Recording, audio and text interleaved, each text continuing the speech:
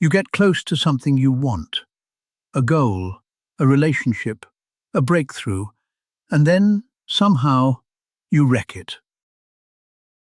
It feels like weakness. It isn't. It's your brain running an ancient program designed to keep you safe. Your brain did not evolve to make you successful.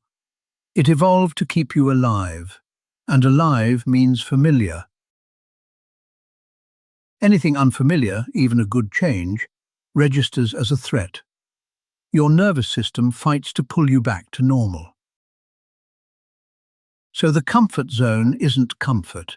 It's a cage your survival wiring defends, even when it quietly hurts you. Now watch what happens near a finish line. The closer the win, the louder the brain's alarm grows. The amygdala, your fear center, can seize control from your rational mind. Scientists call it an amygdala hijack. And suddenly, you procrastinate, pick a fight, or quit, wrecking the thing right before it finally works. Part of it is a hidden fear of success. Winning is not as safe as it sounds. Success means new expectations, being seen, being judged. It can even mean outgrowing the people you love. So your brain does something strange. It quietly files achievement itself under danger and pulls the brakes.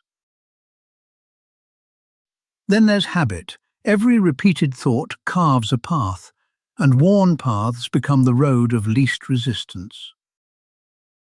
Procrastination, perfectionism, self-criticism. Under stress, your brain speeds down whichever old road it knows best. Underneath it all sits one trade. Your limbic system wants to feel good right now, not later. So it swaps the long-term goal for instant relief. The scroll, the snack, the endless "I'll start Monday." Here is the turn. None of this is a character flaw. It is old code, and code can be rewritten. Shrink the goal until it feels safe, then take one small step. Each safe win teaches your brain that forward is safe. You are not broken. You are running an ancient program. If this helped, like and subscribe to NeuroQuantum.